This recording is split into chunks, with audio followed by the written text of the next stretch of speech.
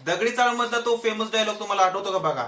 चुकीला माफी नाही. परंतु भारतामध्ये अशा काही व्यक्ती आहेत ज्यांच्या चुकीला माफी आहे. म्हणजे काय, तर त्या व्यक्तीने किती मोठा गुन्हा केलेला असू द्या आणि तो गुन्हा जरी केला असले तरी देखील त्याच्या विरुद्ध एफआयआर होऊ शकत नाही किंवा पोलीस त्याच्या विरुद्ध ऍक्शन घेऊ शकत नाहीत. तसंच कोणताही न्यायाधीश किंवा न्यायालय त्याच्या विरुद्ध काही करू शकत नाही, कुठल्या प्रकारची नोटीस काढू शकत नाही, फरमान काढू शकत नाही किंवा त्याला अटक करावा असा आदेश देखील करू शकत नाही.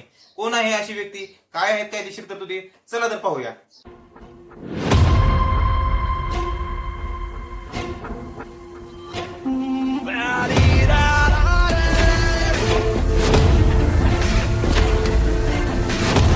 नमस्कार, मॅन विथ मल्टी टॅलेंट या युट्यूब चॅनल मध्ये आपल्या सर्वांचं स्वागत आहे.